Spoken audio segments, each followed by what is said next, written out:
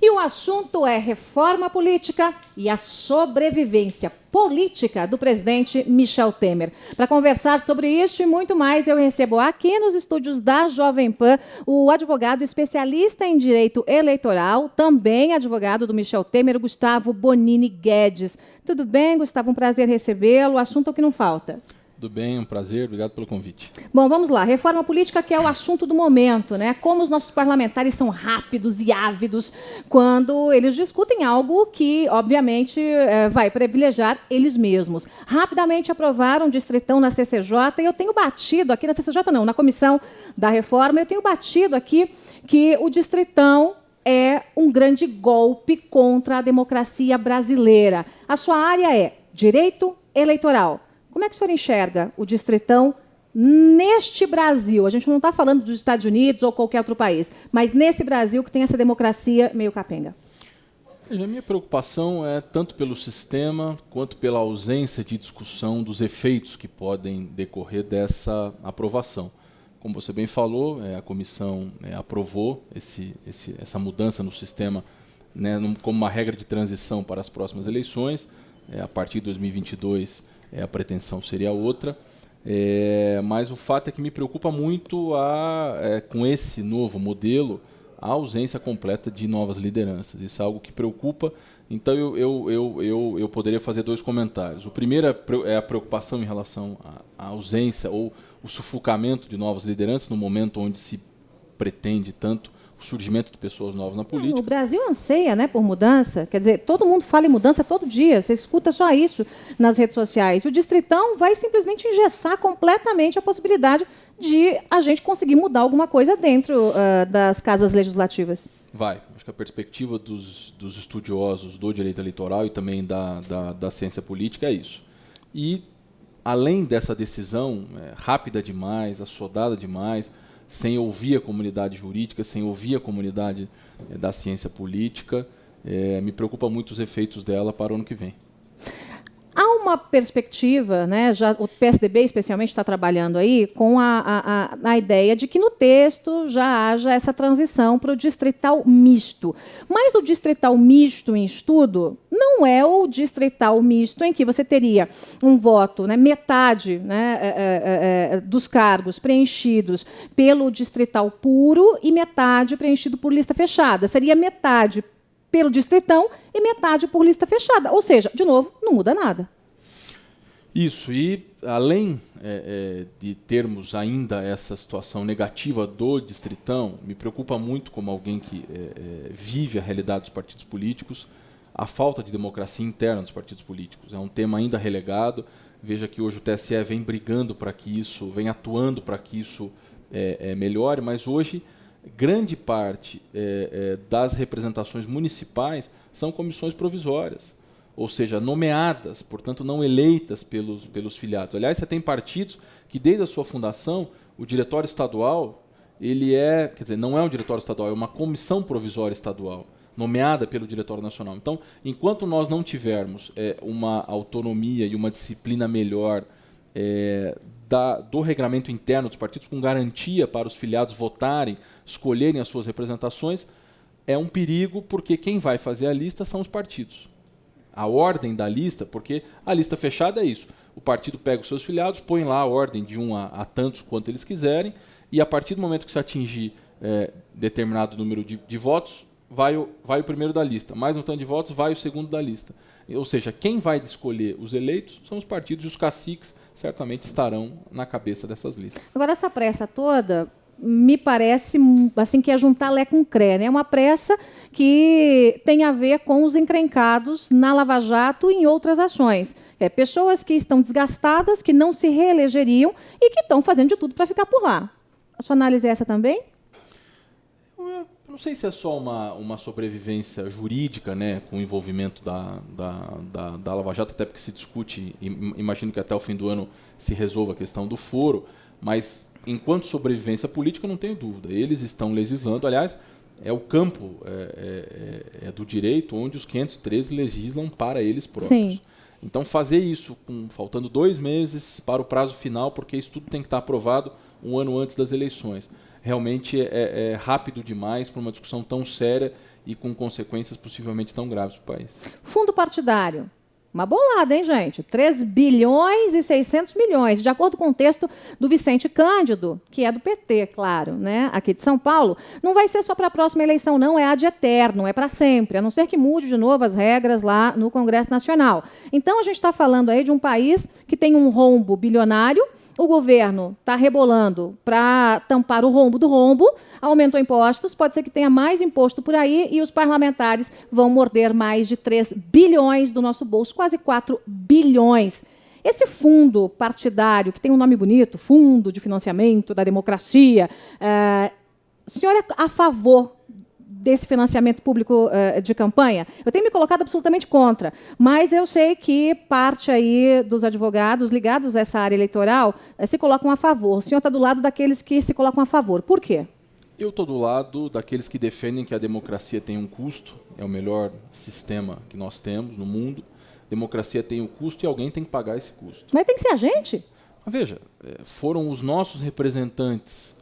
Na verdade, quem decidiu assim foram os 11 do Supremo, né, por uma maioria apertada, dizendo que o financiamento, que não poderia, que seria inconstitucional um financiamento que já durava muitos anos, que era o financiamento de pessoa jurídica. Ou seja, precisou-se buscar uma saída para isso, porque a democracia tem custo e da forma como estava, não se tinha como fazer campanha. Tá? Então, assim, eu defendo que haja um financiamento. Talvez não nesse valor colocado, eu não vou entrar no mérito em relação ao valor. Foi feita uma conta lá por eles de 0,5% da receita corrente, etc. Alguém tem que pagar essa conta. Tá? Da forma como está, acabou e acabará provavelmente sobrando para nós. Uhum. Então, eu acho que nós pagaremos a conta por uma decisão, com todo respeito, equivocada. É uma decisão que não levou em conta a realidade, porque no Brasil nós temos essa triste sina de fingir que as coisas não existem. Então, em vez, os especialistas sempre defenderam a regulamentação da doação de pessoa jurídica, porque antes era uma limitação de percentual, 2% do teu faturamento bruto no ano anterior. Ou seja, uma empresa podia doar 1.000, a outra podia doar 300 e tantos milhões, como a JBS fez de doação. Então, o que se defendia era uma limitação também nominal, 2% ou R$1 milhão, que seja. Porque não dá para a gente esquecer de que essas empresas participam da vida social, portanto, elas podem resolver de forma legítima. Estou dizendo aqui da sacanagem que houve, da lavagem. O problema é caixa 2, 3, 4, 5. O problema é propina. E isso aí é outra conversa, né? Isso é uma outra conversa. Isso inclusive, matéria penal, como a gente está vendo muito por aí. Mas você poderia fazer uma regulamentação disso, aumentar os meios de fiscalização, aumentar o cruzamento de dados de Receita Federal, de Receita Estadual e dos órgãos de controle, COAF, para tentar melhorar. Botar ordem na bagunça. Exatamente. Fechar o gargalo da corrupção. Claro que não dá, a gente sabe que corrupção tem em tudo que é lugar, mas dá para você reduzir muito, colocar um filtro muito grande. E o Supremo, ao invés de auxiliar para que isso fosse feito, acabou cortando, obrigada por nada, Supremo. Né? Agora a gente vai pagar essa conta, 4 bilhões quase, e justamente porque as empresas não podem doar nem legalmente. Nem legalmente. Não pode ter um único centavo, a partir das últimas eleições, um único centavo de doação de pessoa jurídica. E é importante lembrar também, Joyce, eu quando falo desse assunto sempre lembro, na CPI do ex-presidente Fernando Collor, no relatório final, uma das causas apontadas por tudo aquilo que houve e acabou na deposição do ex-presidente era a proibição de doação de pessoa jurídica. Ou seja, nós estamos 20 anos depois, 20 e poucos anos depois, repetindo esse mesmo erro. E sem um amadurecimento da sociedade, sem um amadurecimento das instituições. Então é isso, é um dos grandes problemas do Brasil. A gente finge que não existe, fecha o olho, bota para baixo do tapete e proíbe, quando o correto deveria ser a regulamentação. Colocar e digo luz isso com toda em cima tranquilidade, disso, né? Jogar a luz em cima disso, como o lobby, é um outro tema. A gente finge que não existe o lobby. Por que não jogamos, que se jogue luz em cima disso e se regulamente? Nos Estados Unidos, por exemplo, é algo absolutamente comum e há regulamento para isso. Né? Há regulamentação para isso. Porque a partir da regulamentação, discutida com a sociedade, em prazos adequados, você tem condição de fiscalizar e de cobrar. E não fingir que não existe. Então, alguns estão comemorando o sucesso, um pseudo-sucesso, porque a partir de 2006, né, eleição passada, de 2016, a eleição passada, é que se voltou a essa proibição. Olha lá, reduzimos os custos de 6 bilhões para 3 bilhões. Mas peraí, cara pálida, para usar uma expressão tua. A campanha foi reduzida pela metade. Antes era 90 dias, a gente voltou para 45.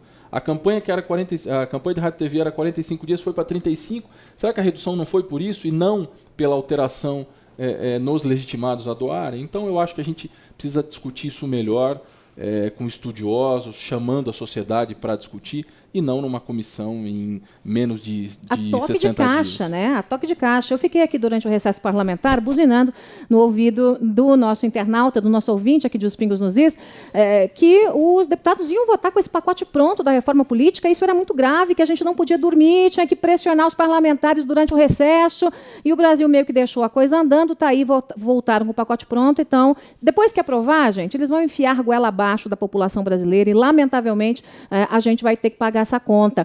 E aí, o senhor disse o seguinte, olha, a lei eleitoral, as questões eleitorais, é o único tema que eles fazem para si mesmos, né? É uma lei feita por eles para eles, e a gente acaba só entrando ali, né, no caminho que eles decidirem. Não seria, então, mais legítimo ter uma comissão permanente de discussão desse tipo de alteração, de legislação? Porque o senhor me deu uma informação que, em 97, teve uma lei das eleições. Quer dizer, era para ser aquela lei e acabou. Mas não foi bem assim, né? Teve uma série de penduricalhos e modificações que aconteceram de lá para cá. E toda vez que se fala em reforma política, em alteração de uma legislação que envolva a questão eleitoral, vira essa coisa de a toque de caixa, e sempre o prejudicado é quem está desse lado de cá. Né? Eu que não sou candidato, você que não é candidato, aí fica complicado, né? É um dado relevante isso que você disse, porque até 1997, a cada eleição o TSE fazia uma resolução que regulamentaria aquele pleito. Então se fez a Lei 9.504, em 97, que seria aquela que evitaria uma mudança ou essa resolução a cada eleição. Mas desde lá nós tivemos 10 eleições, desde 98, né, o ano seguinte, até 2016, e 11 reformas. Portanto, aquela ideia inicial, assim, não que não adiantou, eu acho que a ideia inicial era normatizar. Ela foi importante, a lei das eleições, claro, mas as reformas nem todas foram boas. Algumas foram muito importantes, algumas foram muito oportunas. Claro que a maioria dessas reformas vieram sempre em decorrência de escândalo. Nós tivemos uma grande reforma em 2006, que foi naquele bojo ali do mensalão. Em 2016, né, a reforma de 2015, também no bojo da Lava Jato. Então, cada grande escândalo a gente tem uma reforma. Mas já que a gente teve mais reforma do que eleição, desde 1997, por que não se criar, eu tenho falado disso, por que não se criar uma comissão permanente de discussão e de aprofundamento? É importante a gente amadurecer, a nossa democracia vai amadurecendo, as regras podem e devem ser alteradas, mas com discussão. Por que não se criar, então, uma comissão permanente, como a gente tem a CCJ e outras tantas lá na casa, lá na Câmara? Por que não se criar uma comissão permanente para que a gente tenha todo ano, e não apenas 60 dias antes do prazo final, uma discussão aprofundada sobre isso? Porque daí a população vai ter que participar, vai ter tempo de participar, e eles não querem a participação da população. Tá aí, bingo, matei. Espero que isso mude. Eu também. Você sabe que essa coisa do fundo partidário, bilionário, ele me dá 3 tipos de medo. O primeiro é porque a gente vai ter que pagar essa conta, o Brasil não aguenta mais pagar a conta de nada. O segundo é essa questão que a gente comentou aí, de que as empresas, né, poderiam doar de forma legal, mas o terceiro, e talvez o mais importante, é o balcão de negócios, né? Os partidos, eu comentei isso num editorial essa semana aqui em Os Pingos nos Is, é claro que os partidos vão limitar muito o número de candidatos, vão colocar só aqueles candidatos que eles querem, que já são conhecidos, que já estão no jogo e que eles querem que sejam mantidos no poder. Esses candidatos terão as burras cheias de dinheiro, porque com menos candidato vai ter mais dinheiro desse fundo para colocar ali nas eleições, mas também tem o vem cá que eu vou comprar você.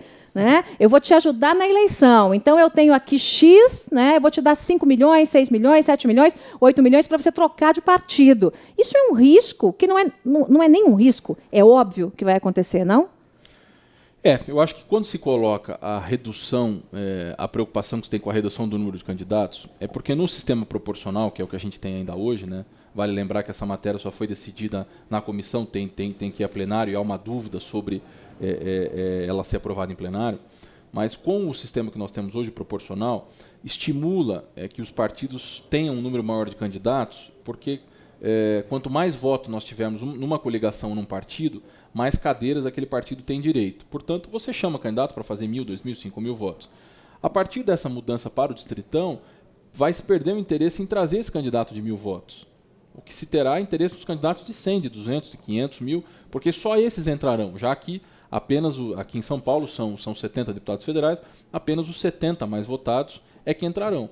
Então aquele, o 71º, que antes poderia entrar, não vai. E eu acho, sinceramente, que o nosso problema não está no sistema proporcional, mas eventualmente na qualidade de quem a gente está colocando lá. Quer dizer, a gente vai ter mais do mesmo. Se a gente quer mais qualidade, a gente vai ter a mesma coisa, não muda em nada a qualidade daqueles que deveriam nos representar. É esse o receio de quem estuda a matéria, é esse o receio. Muito bem, vamos falar já aqui da sobrevivência política de Michel Temer. E aí, depois de conseguir engavetar a primeira denúncia lá na Câmara dos Deputados, o que virá de novo por aí? E mais, a relação de Temer com Janot, a delação da JBS, que ainda pode ser questionada e certamente será. Tudo isso e muito mais em instantes aqui com Gustavo Bonini Guedes, que é advogado especialista em direito eleitoral e também advogado aí do presidente da República.